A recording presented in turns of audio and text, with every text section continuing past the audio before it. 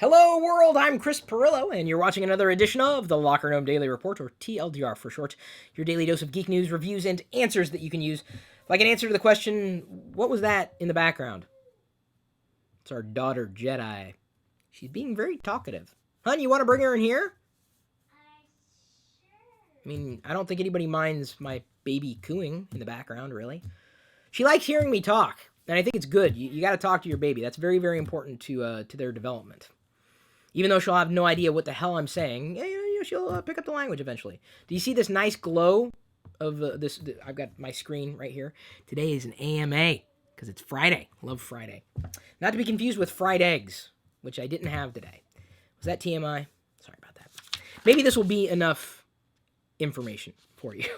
We've got a sponsor that we've had all week and will continue to have because I know a lot of you are IT professionals or you've got your own business where you support other people and their computers. So I'm very, very happy to have their sponsor aboard once again, Citrix. They've come in again with GoToAssist because managing your company's IT support needs can be challenging, especially when you have remote or mobile employees. You have to handle urgent tech support requests quickly to maintain productivity, making sure your network security is never compromised. That is why I highly recommend Citrix GoToAssist, the #1 global market leader in remote support. This easy-to-use cloud-based remote support solution allows you and your team to solve problems faster than ever. And I'd be surprised if a lot of nerds and geeks out there who know anything about technology were never called to have a bit of knowledge tapped. Because we know things that maybe our family members don't know or our coworkers don't know. So I know this is a very important tool that any one of us might be able to use if we support people who use computers. With GoToAssist remote support, you can provide live and unattended remote support to any computer or mobile device, screen share with employees to diagnose and fix their support problems faster and more effectively, and use GoToAssist apps to deliver support anytime, anywhere from your phone, iPad, and or Android device. GoToAssist is also easy to use, sets up in less than a minute, whether you're supporting one coworker, 10 employees, or even 1,000. If you work in IT or you do any kind of computer support at all, I want you to try GoToAssist. You can sign up today for a 30-day free trial, no contract, no credit card needed. Visit GoToAssist.com and click on the Try It Free Now button right now. Hence, when I say now, you try it now. GoToAssist.com. I don't know if it sounded that way when I said GoToAssist. It sounded like I said GoToAssist. Well, you may say it that way. Assist. I don't care what your accent is. If you need a tool like this, it would be a nice tool to have, really. It is Friday, so we've got the AMA, as I said before. Although my Darth Vader perpetual calendar, boy, I'm having problems speaking, is a little off here. It is the 30th, so let's get that 0 right. Oh, wait, maybe I'll just do the 3 here, and then I guess not. 30. There we go. I love this thing. So cool. Who needs an app for that when you have this is an app. It's just, it requires a lot of dexterity. I guess Jedi's not going to be joining us. Oh, okay. James Welsh asks, what cloud storage do you prefer? I prefer all of them. I'm not going to play favorites here because I use all of them. I use bits and pieces of all of them for a lot of different reasons. One, they all have benefits and drawbacks, different pricing, strategies. But there's never really one, or I haven't found one absolute must, yes, this is the one, because, honestly, they're always changing features. They have different reasons to exist. I try to do this. I look at, a tool that might be that might exist and for a lot of reasons, and try to figure out, well, where does this fit? How would I want to use this? Would I use it for everything? Possibly not. If only because I like having that kind of workflow, especially when you've got to segment certain parts of your workflow. Now, some people are just the opposite. They'd want to be in one particular cloud storage platform. But I'm just very, very careful. I trust the cloud, but I trust it equally. Like, there's benefits and drawbacks, right? I mean, do you trust the cloud? You could, kind of-ish. I wouldn't. Don't trust the cloud. And I think if anything's a drawback, I think it's just knowing that you can't trust the cloud. So I play it like that. I'm not going to trust the cloud. Just won't. Because you never know what's going to happen. You also can't trust local storage options. So what's your choice? Because, hardware can fail. What are you going to do? there's no perfect solution right now, unfortunately. And that is one of the reasons why I always keep my options open. I segment workflows. I'm very, very careful and calculated in terms of dealing with cloud services as much as I possibly can be. And I think everybody would be wise to take the same approach. So I don't have a favorite. Just don't. I've talked about different services in the past, but I don't have a favorite. I've used a lot of them. A lot of them I really don't like. A lot of them I really do like. I'm not fudging on this answer. It's just that there's no preference. I have a preference depending on what it is that I might be doing or might need. The good news is the price of cloud storage is plummeting. So the cost is decreasing. I'd imagine in 10 years, it's going to be like air. You're not even going to think about it. It's just going to be a part of whatever. You're going to take it for granted. We're almost there now.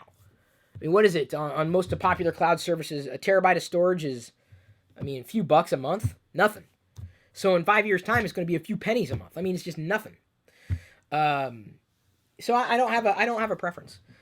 Then again, I don't really like to track files. I know that sounds really weird, but as many people like to track files, I'm not a fan of tracking files. I just don't want to. I don't want to manage files. I'm tired of managing files. Don't want to do it. Adam Toms asks, or he says, "Hey Chris, hope you're well." I am, thank you. "If you could meet any robot from Sci-fi, who would it be?" Sorry, that'd be a robot that would keep me from yawning. I'm not bored with the question either. I mentioned this in the vlog, or I did at least, and I don't know if the vlog's been released, but I tend to yawn when I'm stressed out. I'm a little stressed out. But I'm happy to do this, by the way. I'm happy to answer the question. Your question in particular did not stress me out. By the way, I also realize as I'm streaming this live onto YouTube and live into the podcast as we produce that daily, that I can't go back and edit anything that I say. So I got to be very careful about this answer because I do not want to upset the people that believe that I should have wanted another robot. So I'm gonna yield to Diana on this one as I can continue to think about my answer. If you could meet any robot from Sci-Fi, who would it be? Oh gosh. The robot of the Terminator. Okay.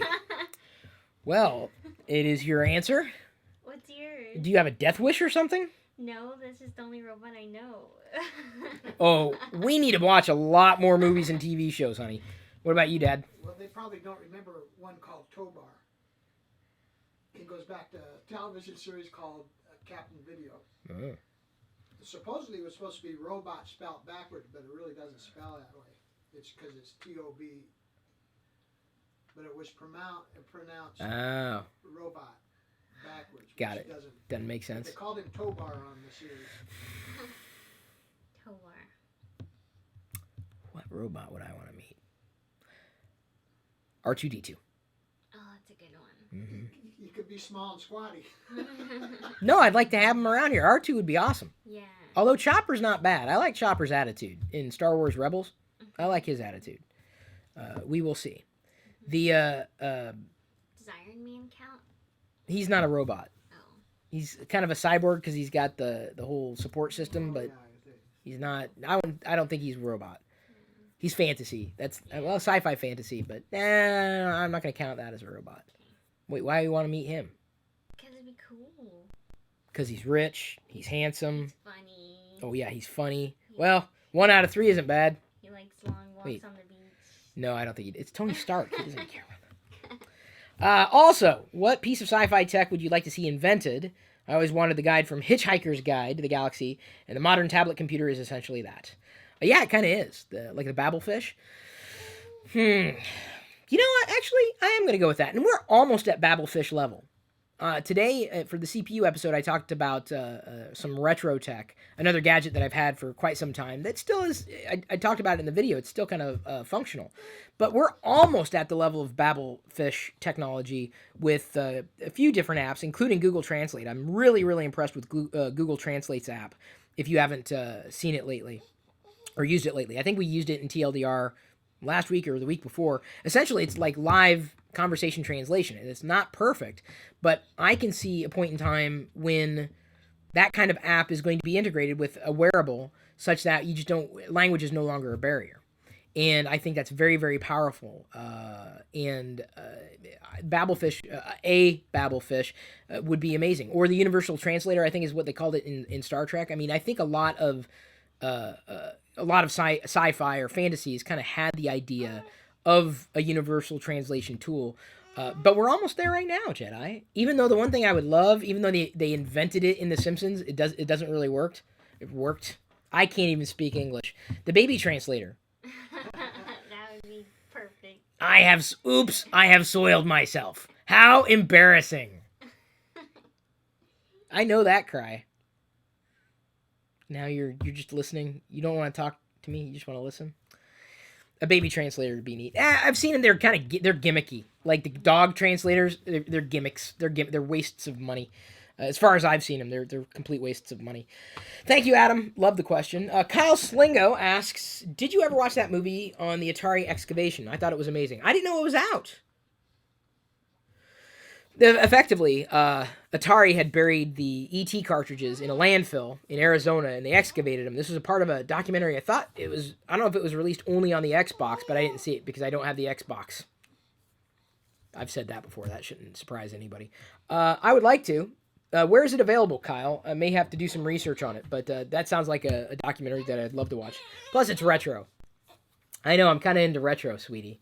What I may start doing, because I'm not, I like collecting, but if I got into any kind of retro collecting, it would probably be old Atari boxes and or cartridges. Probably the boxes more than the cartridges. In television, possibly, too. Who knows where Chris is going to go with that, but I leave that door wide open. Jan Stote asks Chris if you can change one thing, and he said, by the way, that I think I pronounced his name correctly the other day, so I'm happy about that. If you could change one thing about the current school system, what would you change? Would it contain more technology? And what are the core values that you want to teach Jedi? Okay, I'm going to yield. I know Dad's got an answer to this question, so I'm going to let Dad step in and answer this question. They won't like my answer. I don't care if they don't like your answer. Jan, you're about to hear my dad's answer to this. And I've got some thoughts on it, but I want to grab something else for the second part of your question. Dad, so you come in and you give everybody the answer of what you would change in the current school system. And I will be back in a moment to take a look. I like the idea of bringing more tech into the classroom, like the iPads and especially the iPads. I know my son in Texas is bringing iPads into a PE class. It's like a physical education relay. If you want to see that, you got to go to Coach Pirillo's vlog. Now, the one thing I would like to see them change is to go back to the grading system. I don't care if you call it A, B, C, D, E, and F, or if you call it 1, 2, 3, 4, 5. One of those grading systems or the other. That way the student always knows, as well as the parents, always knows at what level that student is progressing. So if you're at a C level, you need some help to get yourself up to a B or an A. And if you're at a B level, a little bit more work, maybe you get to that A level. And I just think it tells everybody where they're at in the spectrum compared to everybody else. One of the things I didn't like was when they used to grade on a curve. That was kind of the big thing when I went to school. So what they would do is they would give a test, and the best person that scored, everybody could be real low in their score, but the highest person with the score, that was the A level. And it went down from there depending on where they fell within that curve. I didn't particularly like that grading level. Again, I think it should be either 1, 2, 3, 4, 5 or A, B, C, D, and F. That way everybody knows right where they are within the grading system. No complaints. Everybody's being judged the same way. And you probably don't know what it is, but I think an A used to be like, when I went to school, like 90 to 100. I think B was 80 to 90. C was 70 to 80. And then on down from there by tens. And you always knew where you were. Now, you might have felt kind of dumb when you got a D on a class that you really liked or you really thought you had the thing, but it gives you the message to know what you have to study. It always tells you where you have to go with your studying. And I like the grading system, and I think we got too far away from it because we don't want to hurt anybody's feelings. I'm not sure that's a good idea. Thank you, Dad, for your insight and analysis. I think grades need to be abolished. And I'm not just saying that because I'm trying to be flippant. I don't like grades. I think they're arbitrary as the bell the curve, the grading curve, bell curve. Well, yeah, it's kind of the curve. Um, I I think you'll learn more outside the classroom than inside the classroom. I think schools are very important. Uh, I also believe that it also boils down to the teacher. I've had some great teachers in my life, and I've had some horrific teachers in my life. And unfortunately, it's less about the grade that you get and more about the teacher that you have and the subject that you have. It is also important for there to be an internal drive to learn because you're not going to learn if you don't want to learn. And unfortunately, even within the same district, it's same school. If you've got the same teacher teaching the same or different teachers teaching the same subject, you could get a better grade in one class than another. It had nothing to do with your mastery of a skill or how you might have learned. So I think the position of schools needs to change. The value of schools are we need education, I think people need to learn, but there needs to be it's not even about standardization either because without any kind of uh, understanding or a parallelism between classrooms, between teachers, you're just never going to know where someone sits in the grand scheme of things. So I'll give you an example. I went to college with a guy that I thought he was just kind of he was a doofus. I was like, wow, and he's going to be a teacher, and I'm like, he was a doofus, and I liked him. He's a good guy, but he was still a doofus, and he scored just about as well as I did. Now, do I think I'm on the equal level of being a doofus? Not necessarily.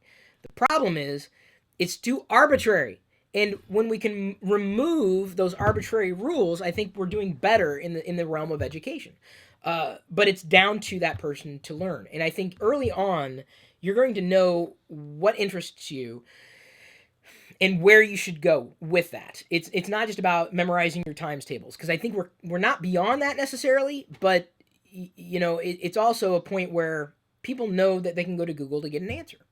At which point, why do you need to know the answer if you know you can go to Google and internet access is ubiquitous? What's the point of knowing who our 42nd president was if you can go to Google and ask who the 42nd president is? Or your, voice commander, Siri, whatever, Cortana, doesn't matter. The information's out there, so it's less about memorizing that information and more about where can that school be. And I think the modality of schools, where it sits in the grand scheme of things, needs to change. It needs to evolve. It's less about what schools are teaching right now or how they're teaching it, and more about the function of the school as this facilitation center. And I think that's the best route to take because each child is going to learn at a different pace, is going to have a different understanding of things, of principles. And the more we can abstract that, the better off I think we're going to be as a society. I think as a global society, because I want education because but don't get me wrong, there are a lot of people who've gone through education who seem to be very, very uneducated, like insanely uneducated. And they went through the same school system that I did. So it's not just about having the school, it's about changing the school's function and changing the perception of teachers. Because the teachers need to be facilitators and the kids need to learn. Students need to learn, but they need to be empowered to learn. They need to be encouraged to learn and not discouraged. And that has nothing to do with feelings because feelings have nothing to do with it. If you need help with something, that has nothing to do with feelings apart from being frustrated because you're not getting it. You're not understanding it. We've all gone through that at some point in our life.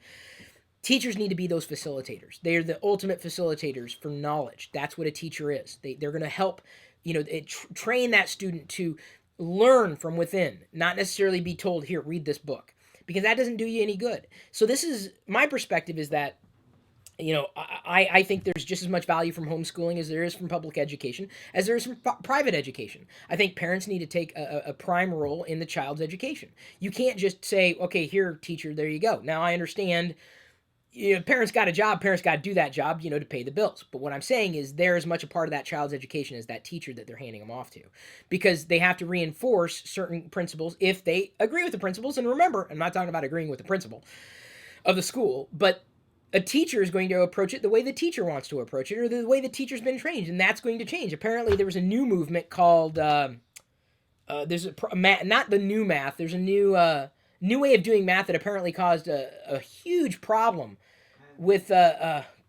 Because I didn't go through it, thank God, but a lot of teachers hated it. They used to use that Chisenbach, or whatever they called it. No, it was God. What was it called? It was, a lot of parents and teachers hated it because it required you to go the long way around to do a simple process. The problem is everybody learns differently, and when you're shoved into a box, it's like everybody walks in like they're different individuals, and then they walk out and they all look the same. And that's what the school system does. That's why the math teacher always wanted you to show your work, because it wasn't important. Right. I understand the process. But the problem that I had, Dad, I couldn't understand the process. Well, It's different for everybody. It's not just the process is different from everybody. It's just that I didn't understand it in the same way that someone else who understood it just inherently understood it. Or the way I learned would have been different if it was instructed differently. Or if I'm reading a book going, this doesn't help. You know, even looking at a website, this doesn't. It's not assistive. I'm not getting it through my thick skull, and so where I feel bad is because I know I could do better, and I know what I can do, but unfortunately, I've got to twist the way that I do something as a student to fit the grade or to fit the teacher, and it's just I think that the focus is less on education. I don't think schools are doing a fine job at educating or facilitating the way they should. That's my opinion. I think they're doing great for socialization, but I'll go as far as to say they're also not doing great for socialization because of the way that bullying happens, not just inside the classroom, but outside the classroom. So schools have a lot of problems. Schools need to be there, but I think they need to change roles. I think more education is going to happen at home. I think Jedi is going to learn way more outside the classroom than she ever will inside the classroom. She's absolutely going to be given every possible tool and opportunity to learn, and that we're going to encourage her every step of the way to do it herself, not just being told what to do. And schools do too much of telling what to do rather than letting students do it themselves. You have to learn yourself. You have to make it. You have to make that internal decision on what you're going to do with something to know how you're going to do it. She's going to do way more research and have that research at her fingertips in such a way that I never had that opportunity. You know, what I had was research at my fingertips. I had a great library with encyclopedias with information that was out of date at the time it was printed.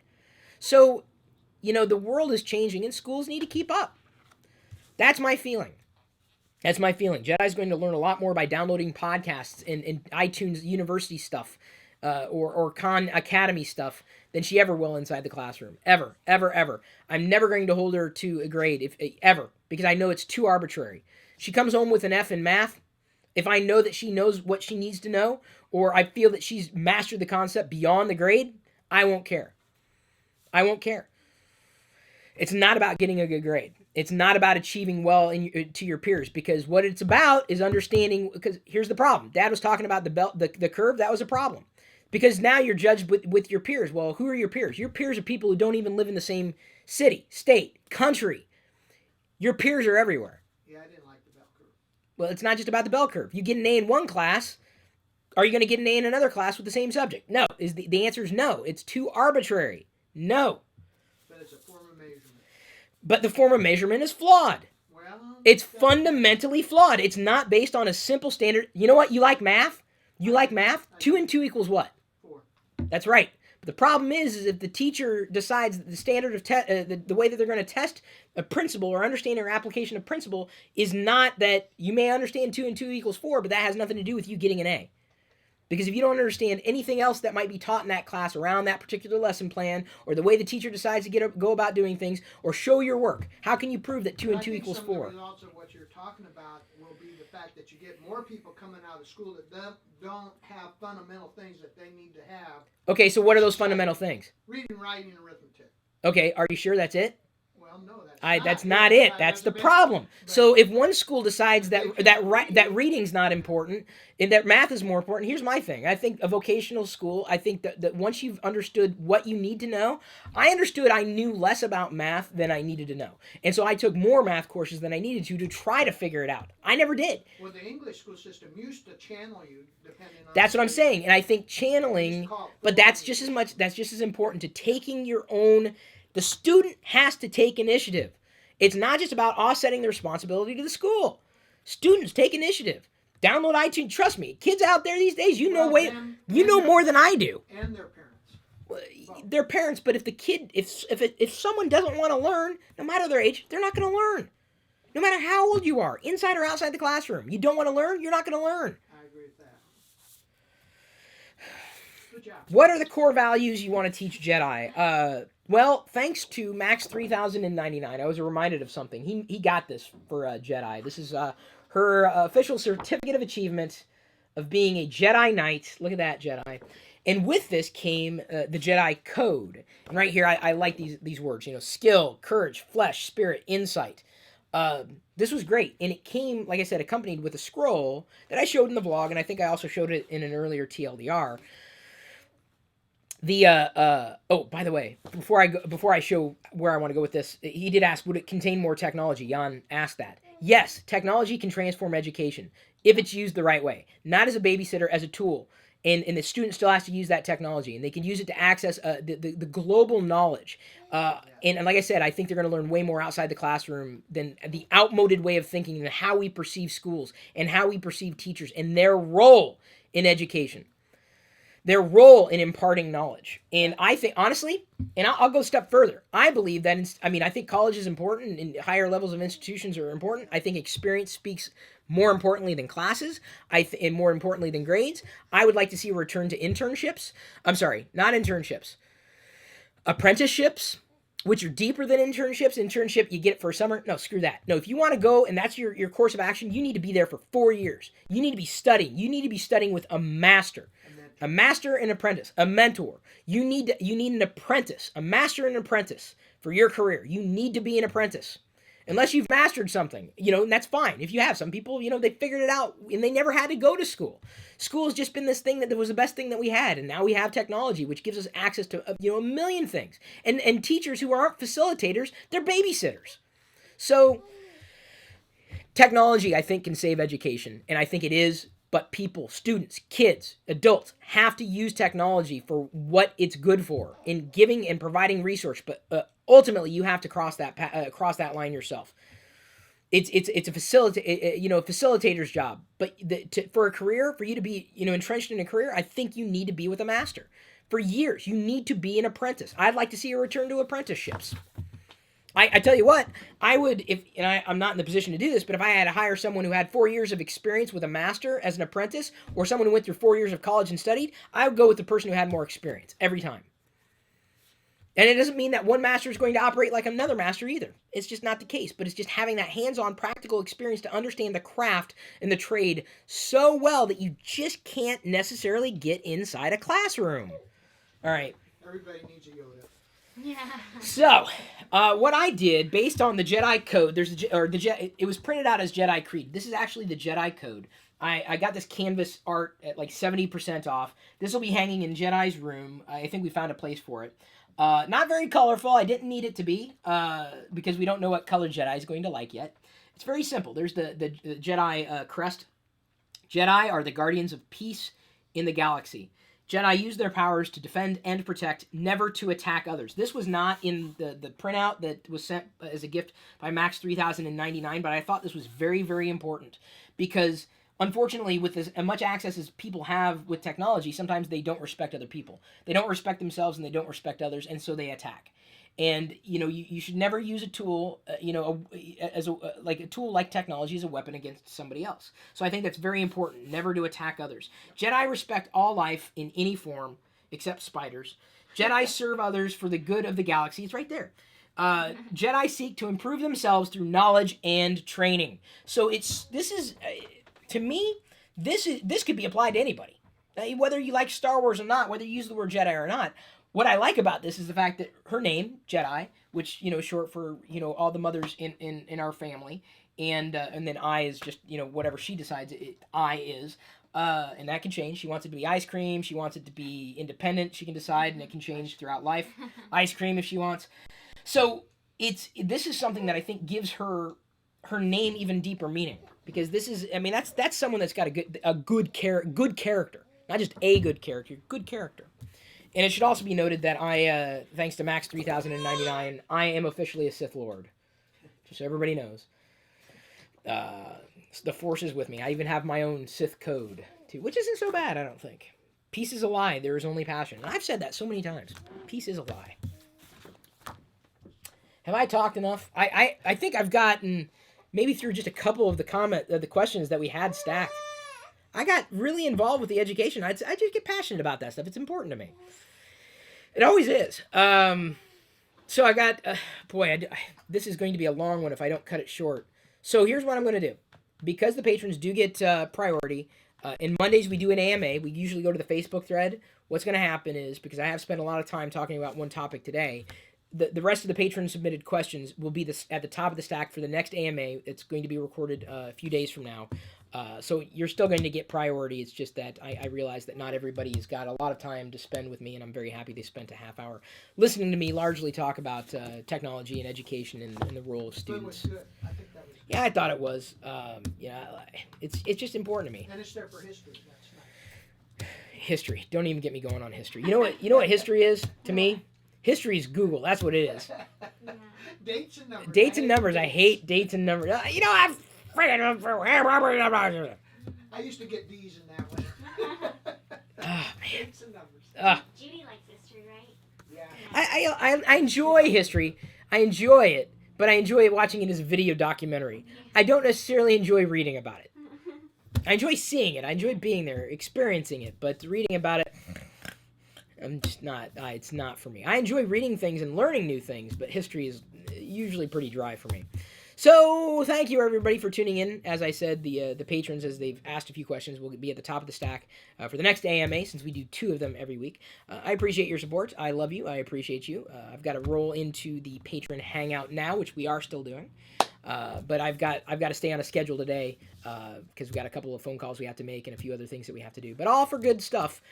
Planning on Gnome Decks as a geek and a nerd YouTuber event here in Seattle coming up this year. We're working on that. Don't have dates yet. And for Vlogger Fair, an event for vloggers, mostly family vloggers, but anybody who considers themselves a vlogger. Just another event in Seattle going into its 3rd year. Gnome Decks. It's really a reboot of the series, so I'm going to reimagine Gnome Decks, because we did 10 Gnome Dexes before, but it'll just be a new Gnome Dex. The new Gnome Dex. Can't say 2.0, because that was the second Gnome Dex. So, thanks everybody for paying attention, but at this point I'm going to leave you to your own devices.